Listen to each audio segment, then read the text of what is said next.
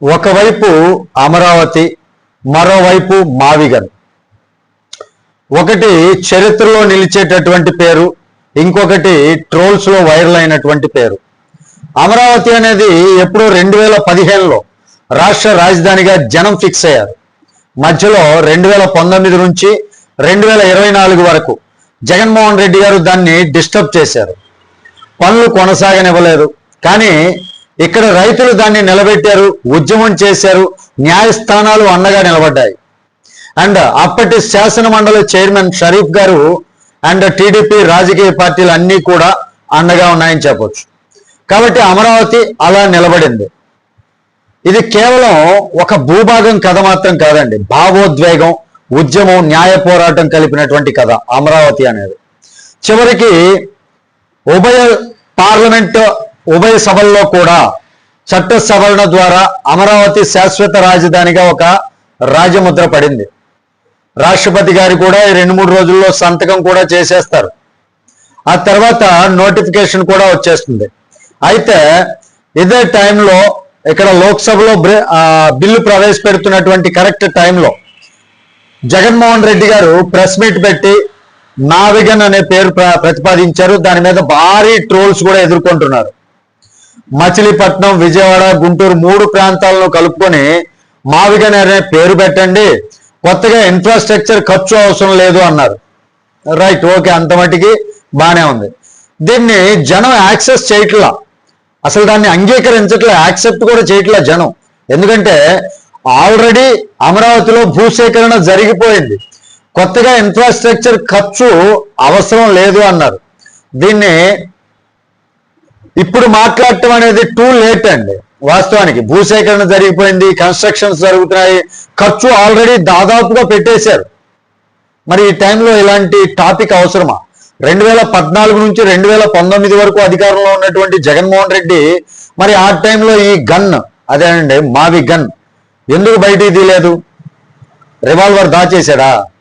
మరి ఇప్పటికిప్పుడు అమరావతి మీద కక్షపూరితంగా దీన్ని ప్రాంతీయ విభేదాలు కల్పించడం కోసం అనిపించేలాగా మాట్లాడారండి. అసలు జగన్మోహన్ రెడ్డి గారు మావిగన్ అనే ప్రతిపాదన ఎందుకు తెచ్చారు అంటే ఒక క్లియర్ కట్ మైండ్ గేమ్ కనిపిస్తోంది.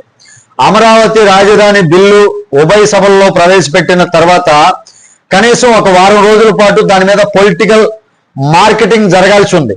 వాస్తవానికి చూడండి, అమరావతి రాజధాని అయిపోయింది అని జనాల్లో ఉత్సాహం, అమరావతి రాజధానిగా చేసినటువంటి ఘనత చంద్రబాబు నాయుడు గారిది అనేటటువంటి ప్రచారం, ఇవన్నీ ఆగిపోయినాయి.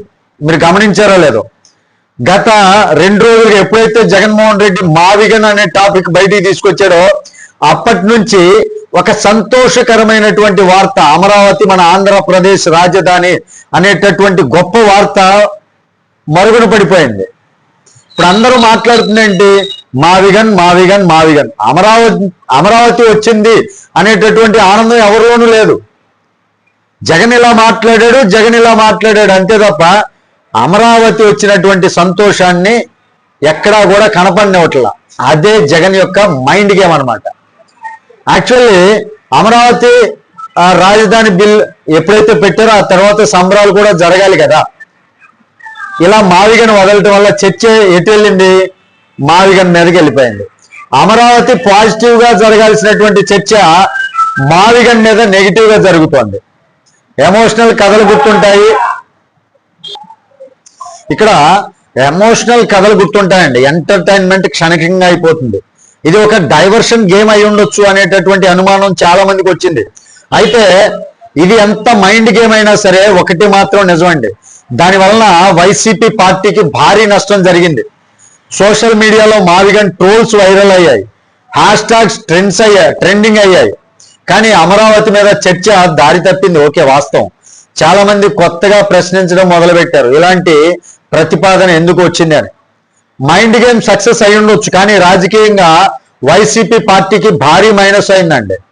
ఇది యాదృచ్ఛికమా లేక వ్యూహమా లేక పొరపాట అంటే దీనిపైన నా పర్సనల్ విశ్లేషణ అయితే ఒకటే అండి. మావిగన్ కాన్సెప్ట్ పైన స్టడీ చేసినటువంటి పాయింట్లు కావచ్చు, ఇవన్నీ నెక్స్ట్ వీడియోలో మాట్లాడుకుందాం. కానీ ఒక్కటే క్లియర్ కట్ అనాలిసిస్ అండి, Jaganmohan Reddy full fledged mind game ఆడాడు. ఈ అమరావతి టాపిక్ ని జనాల మైండ్ లో నుంచి డైవర్ట్ చేయటం కోసం ఆ క్రెడిట్ చంద్రబాబు గారి మీద ఎక్కడ హైప్ తీసుకొస్తుందో అనేటటువంటి భావాన్ని అందరిలోనూ రూపుమాపాడండి. చంద్రబాబు నాయుడు గారి మీద పాజిటివ్ వచ్చేటటువంటి టైం అంటే చంద్రబాబు నాయుడిని ఆకాశానికి ఎత్తేస్తారు అందరూ కూడా. కానీ ఇప్పుడు ఈయన ఇలా మాట్లాడటం ద్వారా ఆ టాపిక్ డైవర్ట్ చేయగలిగాడు కదా. That is purely mind game of Jagan. అదేనండి, తాంత్రికాలు అన్ని తెలిసినటువంటి వ్యక్తి అనమాట. నిజంగానే జగన్మోహన్ రెడ్డి ఒక కుట్రపూరితమైనటువంటి మైండ్ సెట్ కలిగినటువంటి వ్యక్తి అండి. దీనివల్ల మీకు అందరికీ ఏమర్థమైందని ఆలోచించారో అది కామెంట్ రూపంలో తెలియజేయండి. జగన్మోహన్ రెడ్డి నిజంగా మైండ్ గేమ్ ఆడి దీన్ని డైవర్ట్ చేశాడా, చంద్రబాబు నాయుడు పేరు వైరల్ అవ్వకుండా చేశాడా అనేటటువంటిది మీరు కామెంట్ రూపంలో తెలియజేయండి మీ అభిప్రాయాన్ని. వీడియో నచ్చితే లైక్ చేయండి, ఛానల్కి సబ్స్క్రైబ్ చేసినాను కొంచెం సపోర్ట్ చేయండి. Thank you. జై హింద్.